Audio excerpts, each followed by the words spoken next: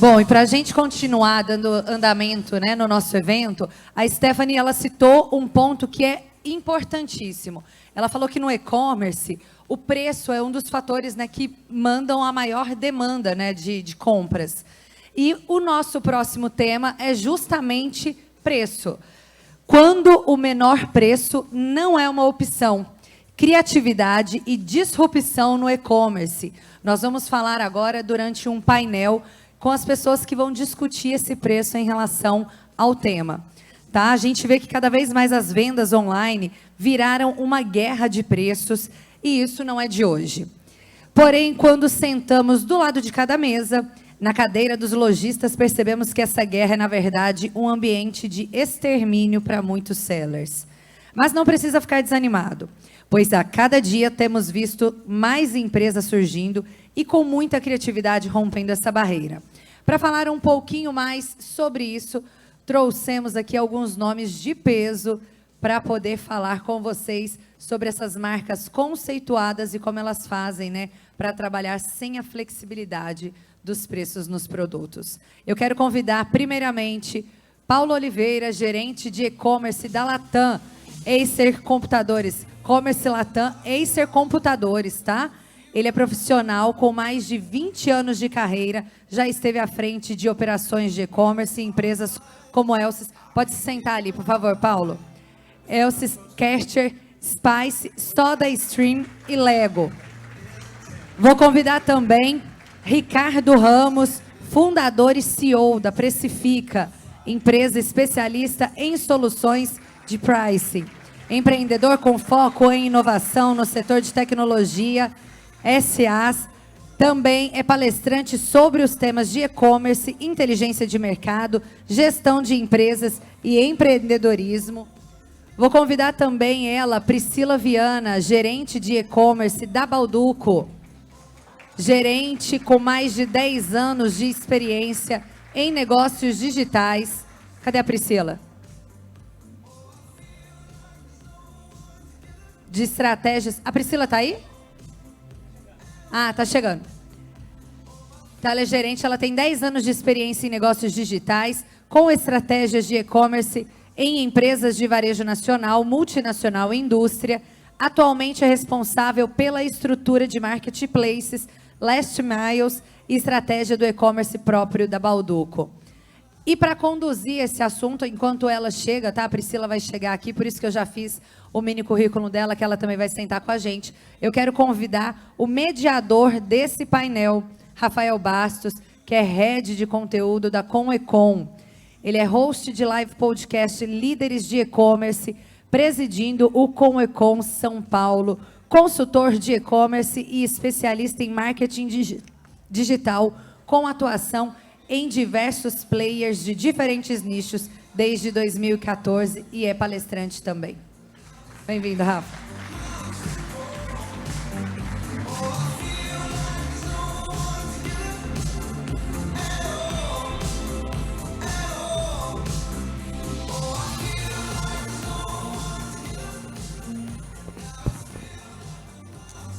Pessoal, primeiramente, quero dar as boas-vindas a todos.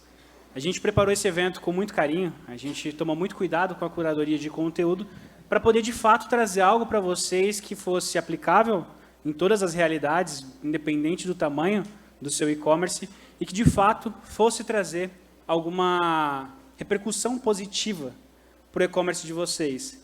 E aí a gente conseguiu trazer esses nomes que vão falar com vocês aqui hoje, que são profissionais que estão ocupando cadeiras importantíssimas no e-commerce e que tem muito conteúdo para ser compartilhado. Priscila.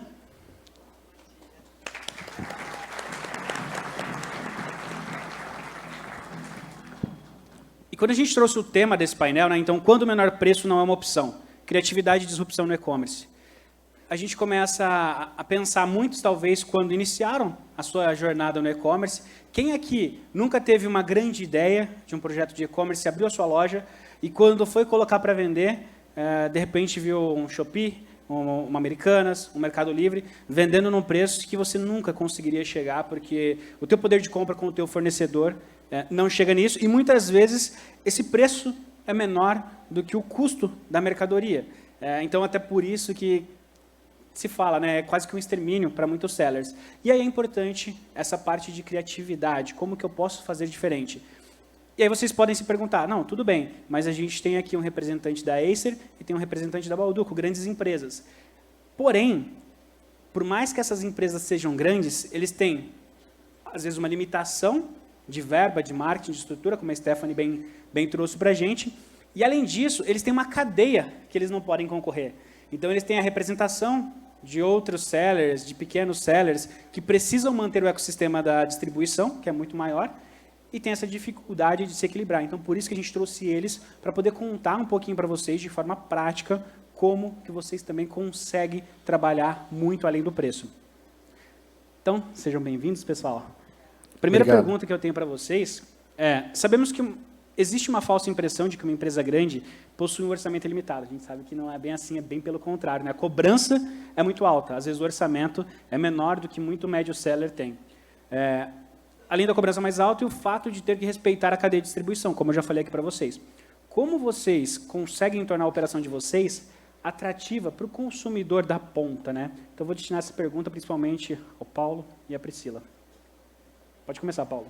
Realmente, esse negócio de empresa grande tem dinheiro sobrando é uma enganação isso daí, né? Porque, realmente, o fato, acho que às vezes é até pior, o fato de ser uma empresa grande, você tem um orçamento mais restrito, né? Porque todo orçamento é controlado, tem muito problema de... Os fornecedores muitas vezes querem cobrar caro de você, porque você é uma empresa grande, então eles entendem que você pode pagar, então é bem complicado. Eu, na minha experiência, lidei muito com essa questão do conflito de canais, né? Que trabalhei muito em indústria, e aí na indústria você tem que lidar com os seus outros parceiros, que são as revendas, que são distribuidores, que são seus clientes. E o e-commerce ele sempre foi o patinho feio dentro das empresas, que o comercial olha meio torto, porque fala, nossa, esse cara aqui é meu concorrente. Então, acho que se eu tenho um conselho para dar para as pessoas, quando começar a operação de e-commerce dentro da empresa, começar junto com o comercial, trazer o comercial para perto, para o comercial entender desde o início que a operação de e-commerce ela pode ser uma parceira, ela pode ser uma ferramenta para você fazer mais venda, e não um concorrente. Então, acho que esse é um dos caminhos, né? E, por exemplo, na minha experiência, em uma das operações que eu liderei, a empresa tinha vários representantes. Esses representantes, eles compravam essa representação, então isso tinha um custo para eles, e eles olhavam o e-commerce com muito medo, porque, de repente, a empresa tem uma loja de fábrica que está vendendo direto, e aí como que eu fico nessa? Então, o que a gente fez? Nós fizemos uma operação com um marketplace dentro da loja de fábrica e colocamos esses representantes como sellers dentro desse marketplace, atuando cada um, vendendo na sua região de atuação. Então, foi uma maneira que a gente encontrou de fazer uma parceria com eles, trazer eles junto da operação do e-commerce, e isso quebrou muitas das barreiras que a gente tinha, que antes não podia fazer nada, porque tudo que fosse fazer ameaçava eles, vamos dizer assim, e depois virou o contrário. Eles estavam querendo fazer sempre mais ações junto com o e-commerce, porque eles se beneficiavam com essas vendas. Então, é muito interessante você ser inovador nesse sentido, de olhar para o teu negócio e tentar entender como que funcionam as coisas para você trazer essas soluções. Por exemplo, numa outra operação que eu trabalhei, tinha mais de 40 lojas.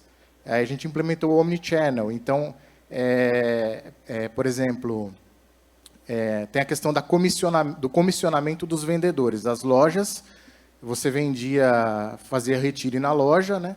E o que começou a aparecer, por exemplo, situações em que o vendedor da loja conversava com o cliente para o cliente cancelar o pedido no e-commerce, porque se ele vendia pela loja, ele tinha uma comissão melhor. Então, nesse momento, olha para o teu negócio e pensa, faz sentido eu comissionar diferente a venda pelo meu canal online e pelo meu canal direto na loja? Por que não comissionar igual?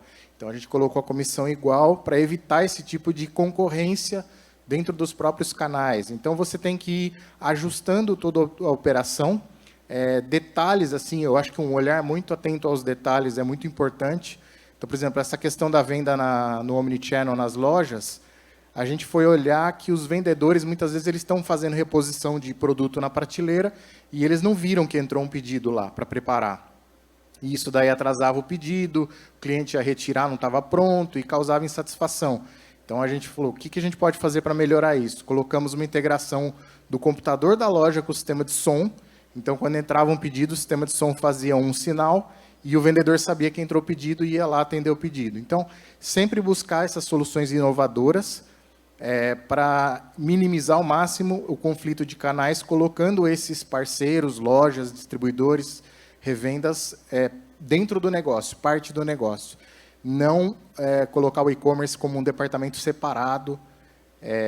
Muitas empresas abrem o e-commerce, coloca dentro do marketing, coloca dentro do TI, e e-commerce é vendas. Então, acho que faz todo sentido que essa parceria sempre seja junta, né? Priscila?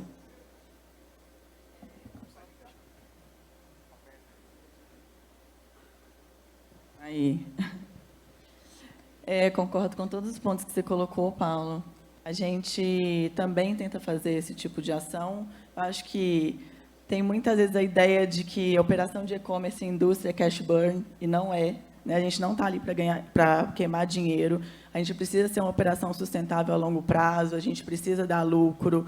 Né? Então, assim, na Bauducco, a gente trabalha B2B, trabalha o D2C, agora a gente está aumentando o D2C, né, que é o Direct Consumer, é a gente vendendo direto ao consumidor final. E isso, acho que traz vários ganhos, claro que a gente teve muita dificuldade internamente, assim, com o comercial também, a princípio, assim, um certo nível de resistência, assim, mas hoje a gente está muito próximo deles. Então, a gente faz muita negociação de 1P junto com o nosso 3P. Então, por exemplo, semana que vem, a gente está no Carrefour fazendo um JBP com eles para o próximo 1 ano, falando tanto de marketplace quanto da venda direto para eles, com o estoque próprio deles, criando estratégia junto com eles, né? E eu vejo assim, o D2C ele tem muita estratégia também da gente estar mais próximo do consumidor final, da gente entender um pouco mais o nosso consumidor final. A gente vê que muitos varejistas hoje estão diminuindo espaço de loja, diminuindo o sortimento. Então, é a minha oportunidade de estar ali, mostrar todo o meu sortimento, fazer teste de produto. Então, traz muito insights para a companhia, mas tem que ser de uma forma sustentável também e saudável a nível geral de mercado, né? A gente não está ali para concorrer, com certeza, e eu acho assim, a gente, por exemplo, hoje, dentro de tantos canais, a gente também é uma referência de preço, né? Então, a gente vê assim, varejo é muito relacionamento, né?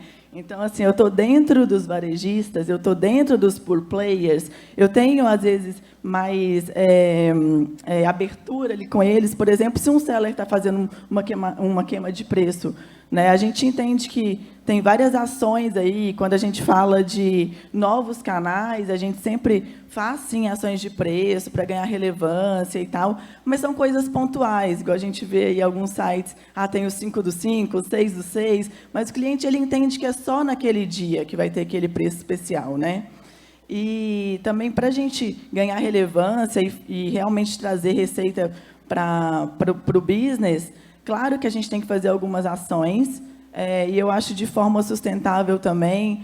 Por exemplo, a gente faz na Bauducco muitas ações que não são de preço depor. A gente faz muito um leve pague, um frete grátis. A gente tem buscado trazer benefícios para o cliente de uma forma diferente. Então, por exemplo, o frete grátis, a gente faz muito em São Paulo, porque a gente conseguiu uma negociação muito boa com o operador logístico, onde eu consigo, a partir de um ticket, subsidiar esse frete grátis para o meu cliente. Então, o cliente, a gente vê aí, cliente, sempre que a gente faz pesquisa, top 5 trends aí que o cliente fala de benefício é frete grátis. O cliente ele não quer desembolsar além do valor do produto, ainda mais quando a gente fala de ticket baixo, né? Eu estou falando que eu vendo farinha com água, né, gente? Eu vendo cookie, eu vendo biscoito, eu vendo panetone. Então, ticket baixo. Então, o cliente ele vê benefício num frete grátis. Então, quando eu consigo uma boa negociação com o operador logístico, eu consigo oferecer esse benefício para o meu cliente. E também com relação à entrega mais rápida, a entrega D0, a entrega D+1. Então, esse tipo de negociação logística também beneficia o meu cliente, né? A gente está num cenário aí onde o cara ele quer comprar no aplicativo e receber em 10 minutos, por exemplo, com o Rappi Turbo, né? Ele não quer esperar nada. Eu falo assim, hoje em dia a gente chama um Uber, se dá 8 minutos de espera, você já fica nervoso, né? Então você fala, ai meu Deus do céu, será 8 minutos, 10 minutos que eu vou esperar? Você já quer cancelar. Se o motorista parou e não anda, e você já tem 2 minutos, você manda mensagem e ele não te responde, o que você faz? Você cancela a corrida. Então, a gente está nesse contexto de cliente que ele está mais exigente mesmo, ele quer agilidade, ele quer rapidez, então ele vê valor nisso. Então, acho que a gente vê o cliente num contexto um pouco mais abrangente do que preço, e isso, sim, gera sim, mais receita, gera recorrência, gera mais venda para o e-commerce, sim. E tem algumas estratégias que dá para usar, por exemplo, se você tem possibilidade de tentar trabalhar produtos diferentes no e-commerce do que você trabalha nos outros canais. Então, você cria alguns produtos diferenciados e trabalha mais forte eles no e-commerce. Isso não vai gerar tanto conflito com aquele produto que é diferente do que está sendo vendido no varejo, por exemplo. Então, essa é uma das estratégias. Outras estratégias são, por exemplo, você criar programas, experiências diferentes na sua loja. Por exemplo, programa de fidelidade, quando a pessoa vai comprando mais e mais, ela ganha pontos e consegue ganhar brindes, essa questão de brinde mesmo, questão de combos especiais, que se você comprar um pacote lá, um notebook com monitor, com mouse, com teclado, vai sair mais em conta do que se comprasse separado. Então, tem várias estratégias aí para diminuir esse conflito. O conflito sempre vai ter. Se você está no e-commerce e se você não é exclusivo online, você vai ter conflito de canal, porque o pessoal gosta de reclamar também. Então, sempre vai ter a reclamação. Mas aí você vai fazendo esse jogo para tentar minimizar, né? A gente também trabalha isso. A gente sempre tem produtos exclusivos dentro do e-commerce, principalmente em sazonalidade. A gente faz kits presenteáveis, onde a gente consegue ganhar uma margem interessante e ser exclusivo no nosso canal também. Então, a gente trabalha muito isso. E eu acho assim, hoje em dia a gente não pode ver só margem de produto, né? A gente tem que ver a linha final. Então, quando a gente analisa custo de mídia hoje está muito caro, o custo de tráfego está muito caro, o CAC está alto, né? O custo de aquisição de cliente está muito alto, então a gente tem que achar alternativas, né? Então, eu vejo, sei lá, se você tem um aplicativo, às vezes tem redes regionais ali que são muito fortes, tem um aplicativo, você pode trabalhar com push, né, para ativar aquele cliente para um lançamento e tal. A gente trabalha hoje num desses marketplaces chineses aí famosos, a gente trabalha muito uma ação que é o Segue Ganhe. Então, a gente tem seguidores dentro da nossa loja Balduco e a gente consegue ativar esse cara através de um chat. Então, a gente manda lançamentos para ele, ou combos novos que a gente lançou e tal, tudo de uma forma sem gastar mídia, né? Então, acho que tem alternativas aí nas plataformas bem interessantes para a gente diminuir esse custo, não só no produto, né, a gente ganhar, não só buscar só ganhar margem ali no produto, mas em toda a operação, porque a gente sabe que e-commerce, tráfego, mídia é muito caro, né? Então, para a gente ter uma operação azul hoje, a gente tem que ver todos esses pontos. O social selling está muito forte, né? Esses influenciadores que trazem a venda. Você vê o fenômeno que a gente está tendo com esse produto novo, Carmed, que saiu do laboratório. O pessoal falou disso no TikTok, só fala disso, e aí isso aí viralizou e você não acha mais na farmácia. E outros produtos que saem, aquele canal Novos Produtos, que publica coisas que lança lá, e aí o negócio ferve, esgota em todos os lugares. Então, eu acho que essa coisa do social selling é um caminho também para tentar brincar com isso, né? Na Acer, a gente faz muito, trabalha com influenciadores que fazem avaliações dos nossos produtos e eles recomendam os produtos, tem unboxing, tem a avaliação que o cara desmonta o notebook para mostrar como que é por dentro, como que é a arquitetura, né, do produto. Então, é um dos pontos também a trabalhar. E o legal, pessoal, é vocês entenderem que não é só o preço, né? É justamente o tema desse painel. Se a gente for olhar para o maior player hoje no mercado brasileiro, no comércio eletrônico, no Mercado Livre, por mais que ele tenha produtos baratos, sim, o que faz o Mercado Livre ser diferente não é o preço. É principalmente a parte logística, então o tempo de entrega. Se eu estou em capitais, eu recebo no mesmo dia. Se eu estou em outras cidades, eu posso receber pelo Mercado Full até no dia seguinte. E fora isso, eles estão criando todo um ecossistema de experiência. A gente teve uma missão pelo Conecom para visitar o Mercado Livre. Eles estão batendo muito na tecla de pessoas mostrarem o produto, demonstrarem o produto em pequenos vídeos que aparecem dentro do próprio Mercado Livre, como se fosse uma rede social, ali, como se fossem os stories do Instagram, por exemplo, e tem um link para você clicar e ver aquele produto. A gente teve uma grande atualização de SEO também, que é baseada em depoimento de pessoas, as pessoas que usaram aquele produto. Então, assim, nem sempre é só o preço. Então, você conseguir depoimentos de cliente, você conseguir melhorar a sua entrega, você melhorar a sua experiência. Então, o que o Mercado Livre faz? Ó, se você comprar mais esse produto, eu te dou frete grátis para qualquer lugar. Então, ter essa questão do upsell, tudo isso faz muita diferença e é prático para qualquer um. Ontem a gente estava no jantar falando, né, a gente até falou, uma coisa muito boa que o Mercado Livre fez, ele qualificou o setor de logística. Então, hoje, quase todas as cidades, você consegue contratar alguém para entregar no mesmo dia, seja um motoboy, seja carro, até para enviar para outras cidades. Então, assim, não é tão distante. É isso que a gente está trazendo para vocês. Mas aí entra um ponto também muito importante, que é o quê? Tá, precificação. Vou jogar na tua mão essa bomba, Ricardo. A gente sabe que a precificação, pelo menos na minha opinião, é um dos principais pontos que vai definir a sobrevivência ou não de um e-commerce, tá? Então, se vocês já me viram nas live podcasts do Conecom, eu sempre trago essa temática. Por quê?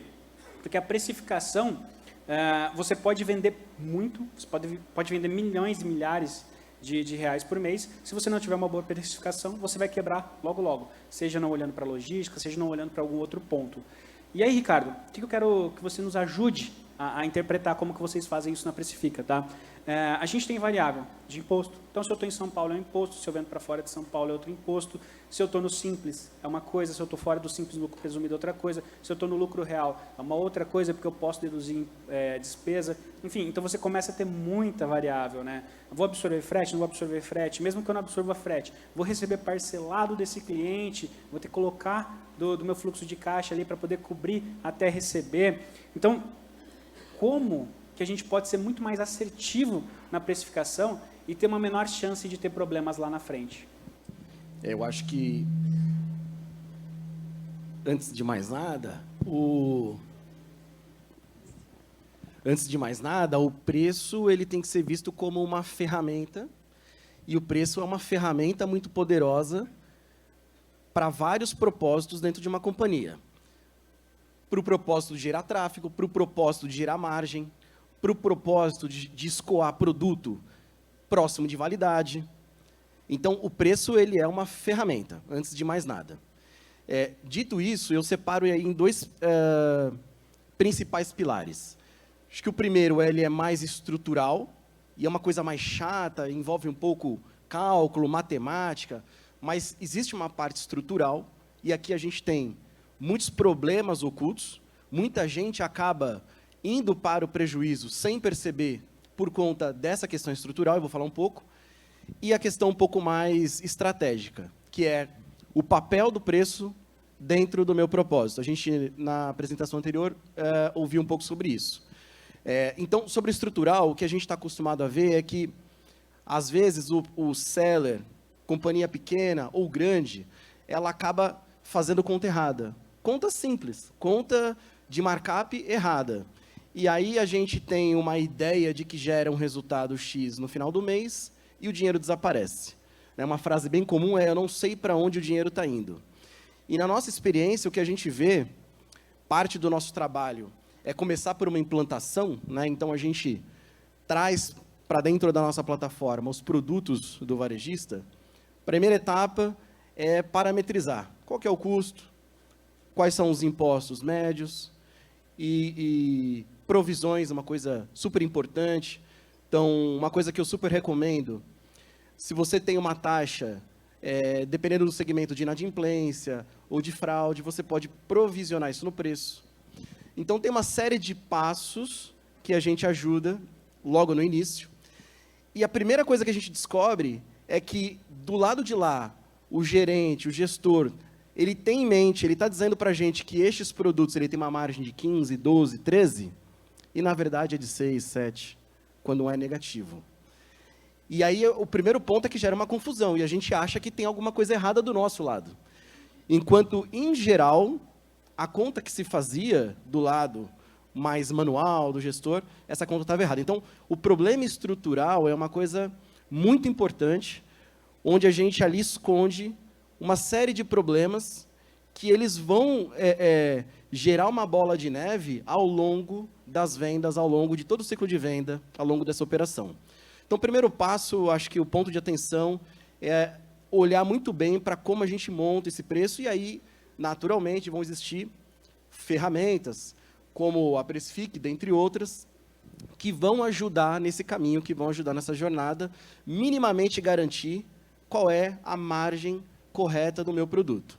Pois bem, temos a margem correta desse produto. Qual que é o papel desse meu preço dentro da minha estratégia? Vão ter companhias que têm uma estratégia de ser preço baixo, e tudo bem, desde que seja a estratégia da companhia. Por exemplo, nós temos um cliente que a marca dele é apoiada nesse conceito de ser o menor preço do mercado. Faz parte da estratégia dele. Ele é uma farmácia online, e a gente apoiou, né, no projeto de precificação, a gente apoiou essa bandeira da marca dele, ser o menor preço do mercado. Então, a gente hoje monitora os players do concorrente. Com base nos players do concorrente, a gente entende automaticamente se ele tem margem para bater o preço da concorrência, se ele tem margem. Se tiver, a gente troca o preço dele no site, e quando você entra na página do site dele, na página do produto, você tem um negócio chamado Compare e Compre. Então, você entra na página do produto e eles provam para você de que eles são o menor preço, expondo o preço do mercado. Claro, cada companhia vai expor da maneira que entende que seria melhor. No caso deles, eles mostram o nome do site, qual é o preço do site, e se você for no site, o preço que eles estão te mostrando é aquele. E eles cobrem o preço. Faz parte da estratégia. Então, acho que é muito importante também entender que o preço ele tem que servir a uma estratégia. Um último exemplo, a gente trabalha muito, então, com o preço dinâmico. De novo, apoiando uma estratégia. Imagina que você está num supermercado, seja físico ou online, e você tem um produto em validade. O que às vezes acontece? O produto perto da validade, alguns supermercados já começaram a fazer um preço diferenciado. No entanto, muitos deles ainda operam muito manualmente. E aí, 2, 3 dias antes da validade, eles baixam o preço. Só que você, consumidor, vai comprar ali um produto que vai vencer em 2 dias, talvez esse não seja, o preço não seja um impulso suficiente, dado que vai vencer em 2 dias. Então, essa sensibilidade de estoque versus preço é uma outra frente onde o preço pode servir como ferramenta para escoar estoque. Como ferramenta para um propósito específico, é uma das coisas que a gente faz bastante, e aí é medir essa sensibilidade. O preço deve baixar uma semana antes ou 2 dias antes? Né? Então, citei aqui alguns exemplos, talvez me alonguei um pouco. Não, que isso. Eu acho que é um tema muito importante, e é bom entrar nesses detalhes, porque senão as pessoas elas acabam cometendo erros, por falta de conhecimento mesmo, que lá na frente vai doer bastante. E aí, falando nisso, hoje em dia, né, acho que todo mundo precisa ter o DNA empreendedor. E acho que já caiu por terra aquela coisa que, eu quero ser empreendedor, eu vou abrir o meu próprio negócio, eu vou colocar a cara a tapa ali, vou sofrer por um tempo para tentar colher algo lá na frente. Hoje em dia, em grandes organizações, para você ser líder e se manter líder, você precisa ter esse DNA empreendedor. Então, você precisa empreender em empresas. E na vida de todo empreendedor, acho que é muito questão de altos e baixos, né? Então, a gente tem muitos desafios ali, sendo empreendedor por conta própria ou sendo um colaborador em alguma empresa. Então, conta cada um momento na vida de vocês que vocês tiveram que usar a criatividade para poder se desdobrar, né, perante o mercado e conseguir agregar o valor de uma forma que o preço deixasse de ser tão relevante assim. Então, o valor passasse a ser mais relevante do que o preço. Pode começar, Paulo. Eu acho que um pouco do que eu já falei, né, de fazer a integração com os canais, eu acho que isso ajuda bastante. Não deixa de ser, não é nada super inovador, mas não deixa de ser um desafio, porque você ter todo esse alinhamento comercial não é fácil. Fazer todo mundo concordar com o que está sendo feito e todo mundo ficar satisfeito e a coisa está funcionando. Tem coisas assim, eu costumo falar para o pessoal, tem coisas muito simples que dá para você fazer que o povo negligencia. Por exemplo, tem várias lojas que estão vendendo o produto, aí você vai lá, olha o produto, ele tem uma descrição péssima, tem 2, 3 fotinhos bem porcaria. E aí, por exemplo, esse é um ponto que é uma oportunidade. Se a tua loja você vende aquele produto, por que você não ter muito mais fotos, muito mais detalhes e uma descrição muito mais detalhada, com avaliação dos teus clientes, você encher esse conteúdo, fazer um conteúdo rico, porque aí a possibilidade da pessoa que está encontrando esse produto na sua loja e está vendo muito mais detalhes ali, dele comprar na sua loja vai ser maior. Então, esse pode ser um ponto simples de diferenciação. Você colocou um vídeo, você colocou fotos bacanas, eu até falo muito isso para a indústria. A indústria ainda, muitas empresas não carregam a cultura de fazer fotos de produtos boas para o e-commerce. Já trabalhei em indústria que lançava o produto e eu falava, tá, mas cadê a foto? Ah, essa daqui. Aí tipo, tinha uma foto assim, do produto, que é a foto da caixa. Não tinha mais nada. E aí eu falava, não, gente, precisa de foto. Aí vai, contrata estúdio para fotografar. Então, são pequenos detalhes assim que eu acho que você vai olhando. A questão da logística, né, que já foi falado, você tem uma entrega rápida, a questão do atendimento, embalagem. Às vezes, você fazer uma embalagem produzida encanta o teu cliente, ele vai gostar de comprar na tua loja, porque ele recebe uma embalagem bonita e perfumada. Então, tem tudo isso que você tem que ir experimentando e encontrando o que funciona melhor para você e para o teu cliente.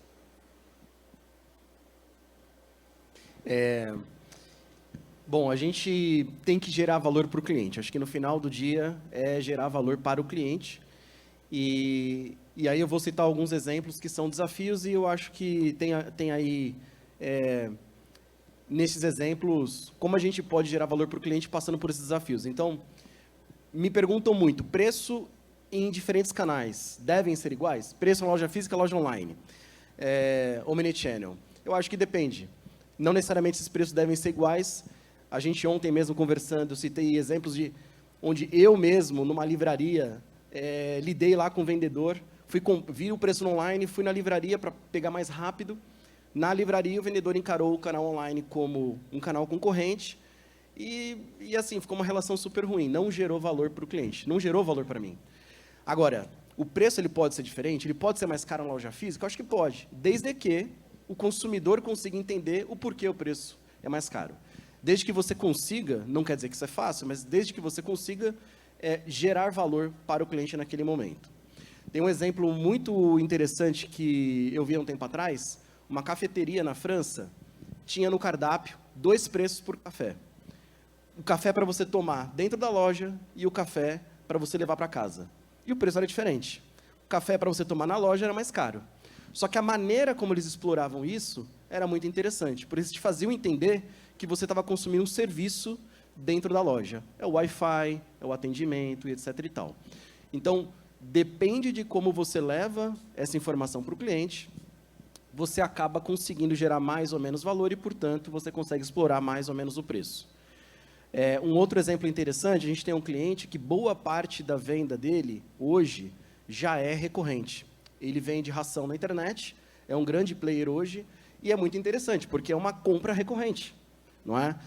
Existem muitas categorias de compra recorrente, mas pouco ainda se trabalha o mecanismo de assinatura na internet para produto. Isso é mais comum para serviço. E esse nosso cliente, ele conseguiu, então, criar um programa de assinatura. Esse programa de assinatura já blinda a venda, porque esse cliente, no mês que vem, no outro e no outro, não vai fazer uma pesquisa de preços. O cliente já está lá, já está com cartão, ele vai receber o produto. Dito isso, este varejista não precisa, mês após mês, ficar seguindo o preço de mercado.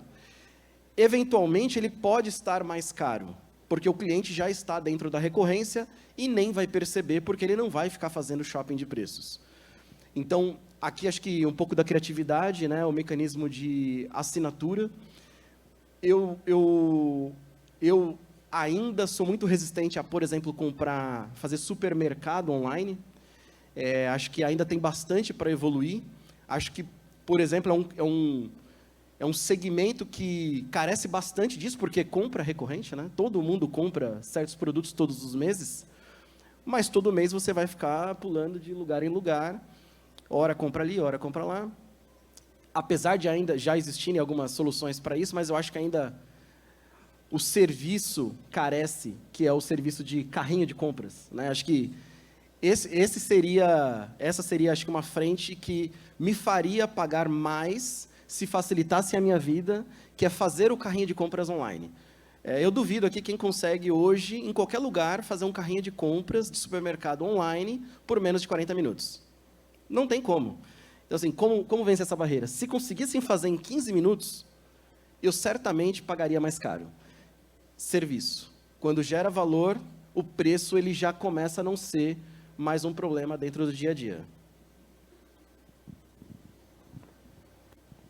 Eu vejo assim, a gente pode ser muito criativo no e-commerce sem ter que ser muito inovador, totalmente fora da caixa, fazer coisas surreais, né? Acho que a gente consegue trazer essa criatividade e essa questão do empreendedorismo, mesmo, por exemplo, dentro de uma indústria super tradicional que é a Bauducco. Então, eu posso trazer alguns exemplos que a gente está fazendo lá dentro hoje, que são interessantes. A gente fala muito em contemporaneização de marca, que é o quê? A gente está nesse ambiente hoje, a gente ser contemporâneo, mas sem perder a tradição Bauducco de uma empresa de 70 anos, onde a massa madre do panetone que vocês comem hoje é a mesma levedura de 70 anos atrás que foi trazida da Itália. E aí, como que a gente trabalha esse desafio de ser contemporâneo e tradicional? E outra coisa que a gente tem trabalhado é entretenimento. Falou de as pessoas, elas querem ser mais criança, elas querem ser mais entretidas, elas querem uma vida mais divertida, né? Eu falo, tem uma frase que eu gosto do Ferreira Goulart, que ele fala, a arte existe porque a vida não basta. Então, eu acho que a gente está procurando entretenimento e diversão em tudo, e no momento de compra também. Então, acho que duas inovações, criatividades aí que a gente trouxe. Primeiro foi a live commerce, que a gente fez. A gente começou ano passado, na época do Natal, e foi super legal. Na verdade, a gente já fez na pré-Black Friday. Foi super legal. A gente trabalha dentro do nosso site, onde, na mesma tela, o cliente está vendo a live, a gente mostrando o produto, mostrando todo o nosso portfólio, fazendo receita, e ele consegue selecionar o produto e comprar e interagir com a gente. Então, deu um resultado muito legal. Para vocês terem ideia, na pré-Black Friday, 33% da venda do dia foi na live, durante 1 hora de live. A gente teve um aumento de conversão do site absurdo, a gente chegou a quase 8% de conversão no site e nos próximos 3, 4 dias. Então, a gente trouxe essa proximidade com o cliente, mas a gente trouxe receita. O ROI foi super interessante. Então, a live commerce é uma coisa que chegou para ficar lá para a gente. A gente fez na Páscoa agora também. Na Páscoa, para vocês terem ideia, no dia foi 70% da venda do dia. E dentro de uma sazonalidade nossa, que a gente já está falando de uma base alta. Então, foi muito legal a gente trabalhar a live commerce. E outra coisa que a gente está trabalhando, a gente acabou de lançar o nosso clube de assinaturas, que aí é a questão que vocês estavam falando, né, Ricardo? Da assinatura, da recorrência. A gente acredita que a gente consegue também entender um pouco mais desse cliente. A gente está mais próximo dele para a gente mostrar os lançamentos para ele. A gente fala, o cliente ele está tão antenado, né? Hoje a gente fala, ele está tão atualizado, que às vezes ele sabe de um lançamento mais rápido que a equipe. Então, é impressionante, assim. Então, a gente tem que estar próximo desse cliente. E a gente está com o clube de recorrência da Bauducco, onde o cliente ele pode montar a caixa dele. Então, o que ele quer receber todo mês na casa dele, ou então a gente faz sugestões de caixa também.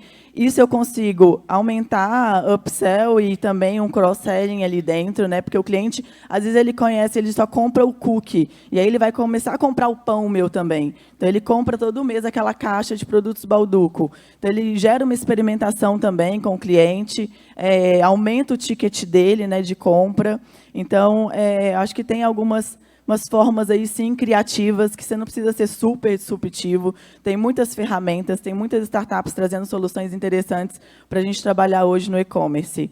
E eu acho que uma pergunta assim, que eu sempre falo com o time, que a gente sempre tem que ter isso na cabeça, assim, como que a gente gera engajamento e diversão para o nosso cliente, muito mais do que uma simples transação. Né? Porque às vezes a gente fica muito pensando naquela venda, em fazer aquela transação. Vamos pensar muito além disso, sabe? Que com certeza isso vai trazer um retorno muito significativo. Legal. Pessoal, temos para 2 perguntas. Alguém tem alguma pergunta? Só levantar a mão.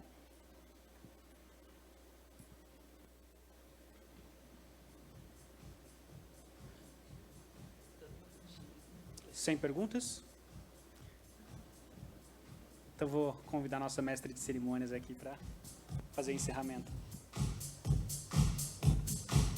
Muito obrigada a vocês, tá? O Rafael vai entregar uns presentinhos agora, antes da gente ir para um rápido intervalo, mas eu vou passar um recadinho enquanto o Rafa vai entregando o presente para o pessoal.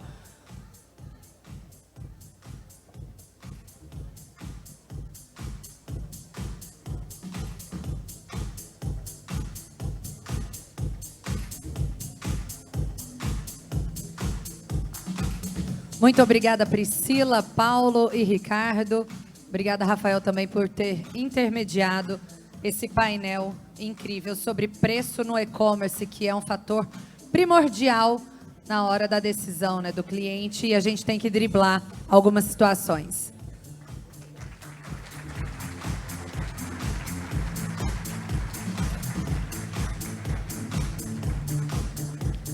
Pessoal, como eu disse anteriormente, nós vamos fazer 2 intervalos. Um vai ser agora e o outro depois, no período da tarde, depois do almoço. Tá? Rapidamente, quem aqui gosta de café? Eu sou coffee lover. Quem mais? Levanta a mão bem alto. Agora tá bonito aqui, todo mundo, né? Cheio, agora sim. Naquela hora que eu entrei, tinha um pessoal desanimado, meio dormindo. Agora todo mundo já acordou. E para quem gosta de café que dá um up na vida, a gente tem uma novidade aí nessa edição do Com Econ EX, que é o Ponto do Café. É um lugar que você vai degustar cafés especiais, aqueles cafés gourmetizados, né? E são de cafeicultores da região da Alta Mogiana.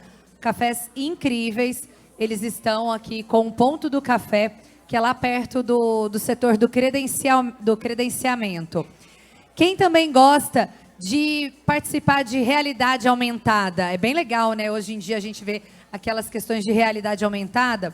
A gente também tem novidade, que é um cantinho para você vivenciar essa realidade aumentada, também no mesmo local, lá no saguão do credenciamento. Falando em credenciamento, para quem chegou por agora e não pegou o crachá, é importante que todos estejam de crachás, até para esse momento de networking, a pessoa olhar um no olho do outro, saber com quem está conversando. Então, quem não pegou o crachá, também passa lá no credenciamento. E aí, eu quero falar também, tem pessoas que quiseram, né, ir no Hard Rock, que é um evento que nós vamos ter pós, né, essas palestras, que vai acontecer lá no Hard Rock Café, que fica perto do estádio do Botafogo. Antes, os ingressos foram limitados a 100 pessoas, ou seja, nós estamos em 600 pessoas, mas só 100 pessoas conseguiram adquirir os ingressos. Mas a gente tem uma novidade, tem um brinde aí, que nós vamos disponibilizar um lote extra com pouquíssimas vagas. Então, quem quiser adquirir também o ingresso para o Hard Rock Café, é só ir até o nosso stand do Com Econ, que você consegue adquirir. E para quem já tem, vocês vão receber um cardzinho, né, com uma precificação, uma bonificação.